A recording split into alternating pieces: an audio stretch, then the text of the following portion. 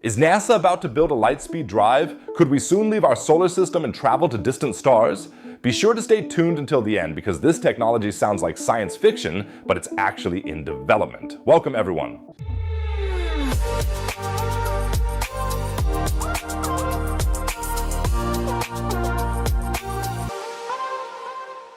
Okay everyone, now subscribe to the channel at the speed of light. Subscribing costs nothing but helps me enormously, thank you very much. And now let's dive right into the video. With current space technology, we can reach the moon in about 3 days. Mars, on the other hand, is a completely different story with today's technology. Even with the fastest spacecraft, the journey takes around 6 to 9 months. These speeds are impressive, but they also show how limited our possibilities are compared to the vast distances in the universe. That's exactly why scientists are working on futuristic propulsion concepts to catapult space travel into completely new dimensions. A NASA engineer recently presented a fascinating concept for a completely new type of propulsion system. The so-called helical drive could one day carry us to the stars at relativistic speeds. Write me in the comments where in the universe you would most like to travel if you could.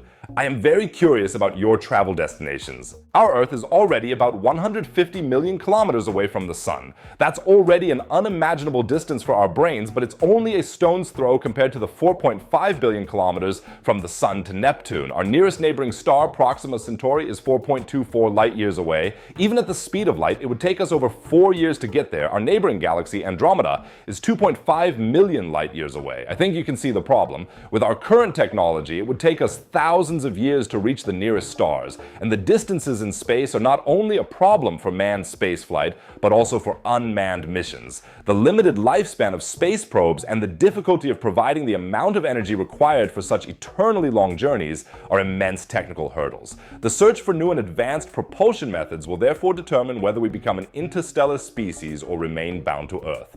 This is where NASA engineer David Burns' idea comes in handy. He has developed a concept for a propulsion system he calls the helical drive. At its core, it is about how the mass of objects changes when they move at extremely high speeds, especially close to the speed of light. This could be used to create a means of transportation that does not require fuel and can still achieve immense acceleration. Take a photon, for example, which is a particle of light. It moves at the speed of light and therefore has no mass. When moving at the speed of light, time also stands still. Of course, it is not possible to simply transfer these properties to a spacecraft. That's why David Burns had to get creative.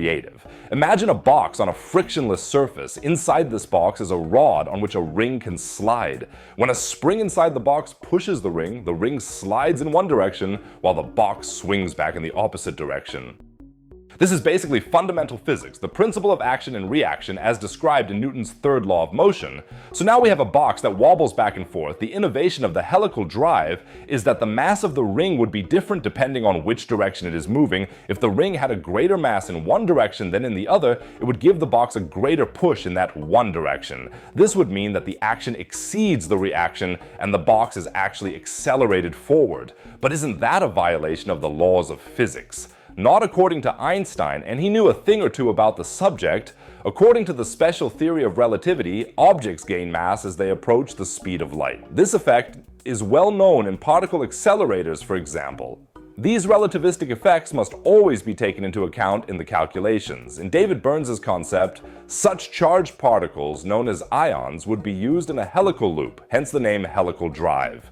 The drive accelerates the ions in the loop to moderate relativistic speeds and then varies their speed to make slight changes to their mass. Thrust is generated by moving the ions in the direction of the drive's motion, and the key point is that the helical drive has no moving parts except for the ions, which are trapped in a vacuum loop and surrounded by electric and magnetic fields. However, some physical problems remain with the concept.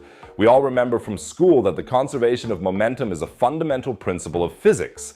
This conservation of momentum states that the total amount of momentum in a closed system remains constant unless external forces act on it.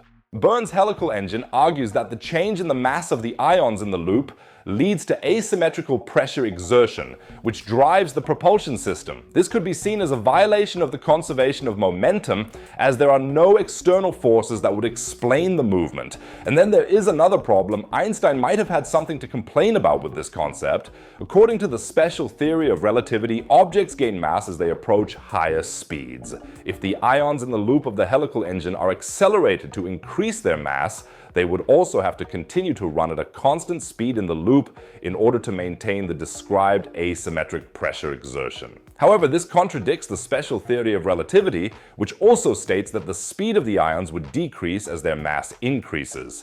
This means that this asymmetrical pressure exertion would be balanced out and the drive would not generate any forward motion at all. And even if we are very optimistic and simply brush aside the challenges mentioned above, another problem remains, namely the enormous amounts of energy required to power the helical drive. According to David Burns himself, the drive would require 165 megawatts of energy to generate just 1 Newton of thrust. This is roughly equivalent to the force required to accelerate 1 kilogram of mass per second in space. So we would need an amount of energy that we cannot currently produce with any technology. Nevertheless, I believe that it is good to develop such concepts. Not everything about them is unrealistic, and this is the only way we can move forward. Who knows which aspects of the helix drive might eventually become reality, but NASA has another ace up its sleeve. With a completely new concept for nuclear fusion, the dream of interstellar space travel could become a reality. The so-called grid confinement reactor has the potential to revolutionize space travel. It looks as if it could be NASA, of all organizations, that brings us the decisive breakthrough in nuclear fusion.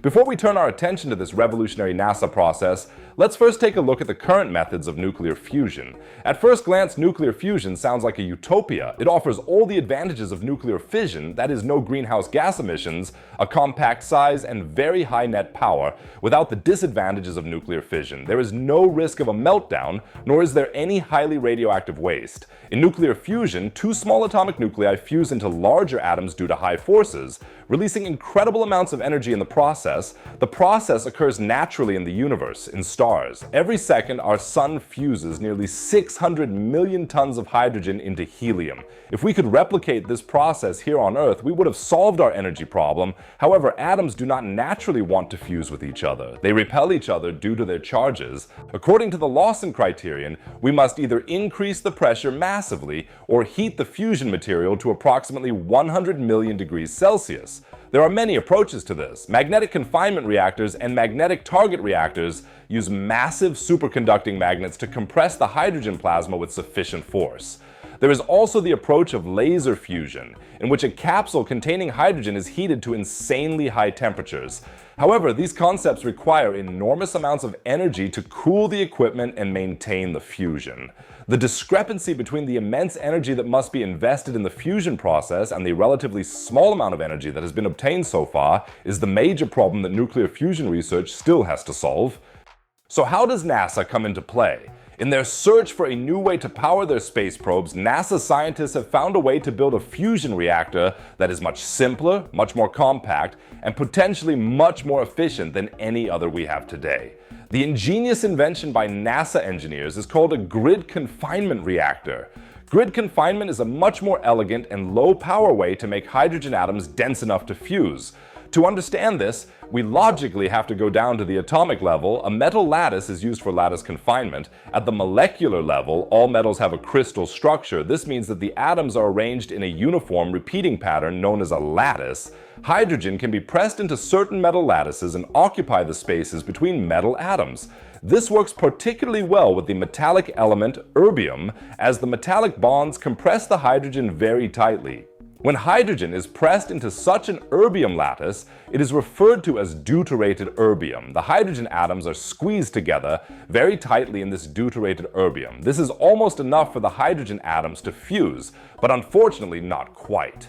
However, NASA was able to add this missing quantum for fusion externally. NASA engineers simply had to fire some gamma rays at the deuterated erbium. Some of these gamma rays hit a hydrogen atom directly, causing it to dissociate, that is, transform into a fast neutron and a proton. The fast neutron collides with another hydrogen atom and is ejected at high speed. This new high-speed hydrogen atom then collides with another with sufficient force to trigger fusion. Think about what that means. Without huge lasers or superconducting magnets, NASA was able to build a nuclear fusion reactor with a simple piece of metal and a gamma ray. Unlike other nuclear fusion reactors, the NASA reactor is incredibly simple and inexpensive to build, and of course, much faster to scale. This begs the question, why don't I have a lattice confinement reactor in my garage yet? Good question. NASA is working on it. The first experiments proving that it works at all were conducted in 2020. Now NASA has to figure out how to increase the number of fusion events in the erbium lattice and how to extract the energy efficiently. Unfortunately, it must be said that the lattice confinement reactor suffers from the same problem as other nuclear fusion methods. In the end, it doesn't even come close to producing enough energy. Nevertheless, I still consider the grid confinement reactor to be one of the most promising methods, as it is comparatively simple to build and surpasses the other methods in this respect alone, and if it worked, it would revolutionize space travel. Suddenly, all spacecraft could be equipped with a small, lightweight energy source that could deliver high performance for months or even years. Such technology would be a great help to people trying to make Mars their home, and this technology would of course also revolutionize life on Earth. If the energy generation breakthrough was successful, the world could switch to nuclear fusion incredibly quickly. With the other methods, complex fusion facilities would first have to be built, which would probably take several decades.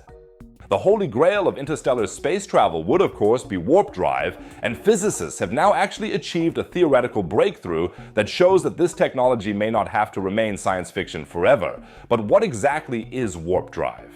The term comes from the realm of science fiction and was coined to offer a realistic way of bridging large interstellar distances within reasonable time frames. In the world of Star Trek, warp drive enables spaceships to cope with vast distances by creating a so-called warp bubble that distorts space-time around the ship. The basic concept behind warp drive is not fantasy, but is firmly grounded in science, as it is based on Einstein's general theory of relativity, which describes how mass and energy curve space-time. Instead of moving through space, a spaceship could theoretically move the space around it with enough energy. As early as 1994, the concept was put through its paces by Mexican physicist Miguel Alcubierre. Alcubierre proposed a mathematical solution to Einstein's field equation that would allow a spaceship to appear to travel faster than light without violating local laws of physics. This solution, known as the Alcubierre metric, describes a space-time that contracts in front of the spaceship and expands behind it, creating a kind of wave that the ship rides on. Of course, warp drive is not quite that simple, otherwise we would already be happily jetting off to distant stars. One of the biggest hurdles is the energy requirement. Alcubierre's original model requires an exotic form of energy known as negative energy or exotic matter, which has less than zero rest mass energy. Such matter has not yet been detected and remains one of the biggest unknowns in theoretical physics. And the problems don't stop there. Even if negative energy were available, the physical conditions inside and outside the bubble would have to be controlled in such a way that the spacecraft and its occupants would not be destroyed by extreme tidal forces. This requires an understanding and precise control of space-time manipulation that we obviously do not yet have. But without such technology, even a trip to Proxima Centauri would probably always remain just a dream. Even at the speed of light, it would take 4 years, so only a warp bubble would help. Jared Fuchs, a scientist at the Applied Physics Research Institute, has made a remarkable discovery and says this study changes the discussion about warp drives. By demonstrating a novel model, we have shown that warp drives do not have to be just science fiction. His team has succeeded in removing one of the biggest hurdles, negative energy. Instead of relying on elusive negative energy, they have developed a method based on conventional positive energy. In other words, with this new concept, we are back in the realm of accepted physics. According to the team, the new concept uses a sophisticated mix of traditional and novel gravitational techniques to create a warp bubble that can transport objects at high speeds within the limits of known physics. They call their idea constant velocity subliminal warp drive, and as described in the paper, the technique is consistent with previous theoretical solutions, including Alcubierre's. The concept is based on 3 key points: constant velocity, a stable matter shell, and a shift vector. What does constant velocity mean in this context? The solution they propose allows a spacecraft to travel at a constant subliminal speed. Subliminal means that the spacecraft remains just below the speed of light. Instead of using negative energy, the study proposes using a stable shell made of regular matter. This shell creates the necessary conditions to distort space-time around the spacecraft. And the last important component of the solution is the use of a shift vector. This vector helps control the movement of the spacecraft by shifting space-time in one direction.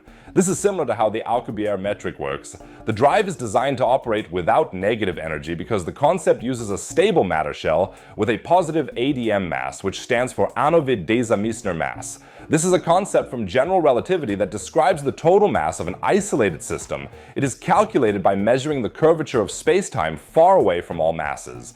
The ADM mass indicates the sum of all energy and matter components in the system and remains constant as long as no matter or energy is added or removed. In other words, Fuchs's team has succeeded for the first time in developing a functional warp system with a positive ADM mass, which can create a shell in a stable region of space-time that provides the necessary conditions for generating a warp bubble. However, fellow researcher Christopher Helmerich says such a design would still require a considerable amount of energy, but it shows that warp effects can be achieved without exotic forms of matter.